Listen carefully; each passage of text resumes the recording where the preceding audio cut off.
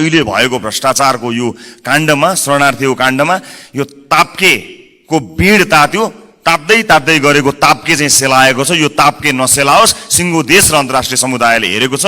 दोषी कोही पनि नउम्कियोस्, मिलिजुली एकअर्कालाई जोगाउने काम नहोस्। माननीय अर्थमन्त्रीले विगतका वर्षहरूमा जस्तै गरिनेछले भरिएको, तात्विक रूपमा विगतका वर्षहरूको भन्दा फरक नरहेको विनियोजन विधेयक 2080 का प्राथमिकता तथा सिद्धान्तहरू प्रस्तुत गर्नुभएको छ। विगत केही वर्षका यिनै दस्तावेज लिएर केही वाक्य र शब्दहरूको हेरफेर गरी प्रस्तुत गरिने नियमित कर्मकाण्डी दस्तावेजकै रूपमा यो आएको हामीले ठानेका छौँ। अहिले अर्थतन्त्र असाधारण अवस्थामा छ। नाकाबन्दी भएको 72-73, कोभिडको सुरुवात भएको 77 र सशस्त्र द्वन्द्वको उत्कर्ष, तरबार हत्याकाण्ड लगायतले असर गरेको 58-59 लाई छोड्ने हो भने यस वर्षको आर्थिक वृद्धि दर विगत 3 दशकै सबैभन्दा कम हुने देखिएको छ। त्यसमाथि सरकारको प्रक्षेपण गर्ने क्षमता यति कमजोर देखियो कि 8% आर्थिक वृद्धि दर हुन्छ भनिएकोमा 2% पनि नहुने देखियो। देशको अर्थतन्त्र कता गइरहेको छ यसको आकलन गर्ने, प्रक्षेपण गर्ने हाम्रो क्षमता समेत कमजोर देखिएको छ। यस आर्थिक वर्षको 8 महिनामा गत वर्षभन्दा कम राजस्व सङ्कलन भएको छ। विगत 5 दशकमै राजस्व सङ्कलन पहिलो पटक गत वर्षको भन्दा कम हुने जोखिम देखिएको छ। आर्थिक वर्ष सकिन 2 महिना बाँकी हुँदा सरकारले राखेको लक्ष्यको 51% मात्र राजस्व सङ्कलन भएको देखिन्छ। यस्तो असाधारण अवस्थामा पुगेको अर्थतन्त्रलाई ट्र्याकमा ल्याउन र आम सर्वसाधारणलाई राहत दिन सधैँको जस्तो कर्मकाण्डी योजनाले के होला? सधैँ एउटै कुरा गर्ने, नतिजा चाहिँ अलग अपेक्षा गर्ने हाम्रो बानी हो कि जनतालाई झुक्क्याउने खेल? आशाका पुलिन्दा पस्किने हो कि व्यावहारिक र समाधानमुखी नीति अंगीकार गर्ने? असफल नीति र प्रक्रियालाई निरन्तरता दिने कि नयाँ र सृजनात्मक प्रक्रिया अवलम्बन गर्ने? वर्षेनी गरिनेछ भनिने तर पुरा नगरिने बजेटले राज्यप्रति जनताको विश्वास कसरी बढाउँछ? सामान्य सभामुख महोदय, माननीय अर्थमन्त्रीज्यूले अर्थतन्त्र र बजेट प्रणालीमा देखिएका विद्यमान समस्या र चुनौतीहरूलाई धेरै विश्व आर्थिक घटनाहरू र केही आन्तरिक कारणले गर्दा भन्नुभएको छ। तर वास्तविकता त्यस्तो होइन। वास्तविकता ठ्याक्कै उल्टो हो। धेरै चाहिँ हाम्रो आफ्नै आन्तरिक कारणले र थोरै चाहिँ बाहिरी कारणले हो। हाम्रो आफ्नै राजनीतिक व्यथिति, विसङ्गति र सङ्गठित रूपमा राजनीतिले गरिरहेको भ्रष्टाचारको कारण हो। योजनाहरू समयमा पूरा नहुनु र पूरा भएका योजनाहरूले पनि आशातीत प्रतिफल नदिनु, वित्तीय क्षेत्रको स्रोत अनुत्पादक क्षेत्रमा बढ्नु, गैर कानुनी व्यापार, तस्करी, कर छली बढ्नु सरकारी संयन्त्रको असक्षमता र बेइमानीको कारण हो। बाह्य कारण देखाएर हामी उम्कन मिल्दैन।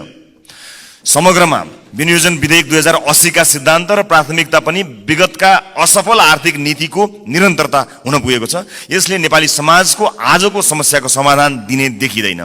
सङ्कटग्रस्त नेपाली अर्थतन्त्रलाई सुधार गरेर देशको आर्थिक अवस्था बलियो बनाउने खालको यो बिल्कुलै छैन। सभामुख महोदय, अब म यस विनियोजन विधेयक 2080 का प्राथमिकता तथा सिद्धान्तहरूका सन्दर्भमा केही सुझावहरू राख्ने अनुमति चाहन्छु। असाधारण समय छ, स्रोतको सीमितता छ। यसपालि असाधारण रूपमा साधारण खर्च कटौती गरौँ।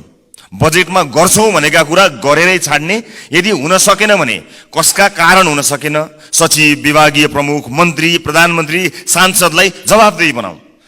क्रियाकलाप होइन, नतिजाको आधारमा कार्य सम्पादन मूल्याङ्कन गरौँ। सार्वजनिक सेवा प्रवाहमा सूचना प्रविधिको व्यापक प्रयोग गरौँ।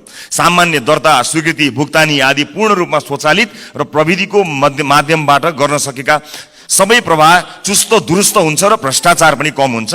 ई गभर्नेन्सलाई राष्ट्रिय प्राथमिकताको योजना बनाई यसलाई अगाडि बढाउँ। विदेशी लगानी भित्र्याउन हामी छिमेकी मुलुकसँग प्रतिस्पर्धा गर्नुपर्ने अवस्था छ। कुनै पनि विदेशी लगानीकर्तालाई नेपालमा आएर व्यवसाय सुरु गर्न अत्यन्त झन्झटिलो छ। दर्ता गर्न 6 महिनादेखि वर्ष दिन लाग्ने अवस्था छ। व्यवसाय सुरु भइसकेपछि पालनका क्रममा मुनाफा फिर्ता लैजाने कुरामा, प्राविधिक आयात गर्ने कुरामा धेरै कठिनाइ छन्। मुलुकमा नै राम्रो गरिरहेका विदेशी लगानी भएका कम्पनीहरूले समेत थप लगानी नगरेको अवस्था छ। यसलाई सुदृढीकरण गर्नुपर्छ। त्यसैले मात्र मुलुकमा उद्यमशीलता प्रोत्साहन गर्छ र थप पुँजीलाई आकर्षित गर्नका साथै पुँजी पलायन रोक्छ। त्यस्तै सरकारले गर्ने भनेको ऐन कानुन तर्जुमा र संशोधन, लगानी सम्बन्धी ऐन, गैर आवासीय नेपाली सम्बन्धी ऐन आदिका कुरा अर्थमन्त्रीज्यूले राख्नु भएको छ। यी 3 महिनाभित्र सरकारले संसदमा पेश गरोस्। आगामी आर्थिक वर्षको पहिलो त्रैमासमा यी जरुरी ऐन कानुन निर्माण हो। माननीय सदस्य, फरक समय तरिकाले सकियो। सके सभामुख महोदय, 1 मिनेट पनि लगाउँदिन। फरक तरिकाले काम गर्न सकिएन भने फरक नतिजा आउँदैन।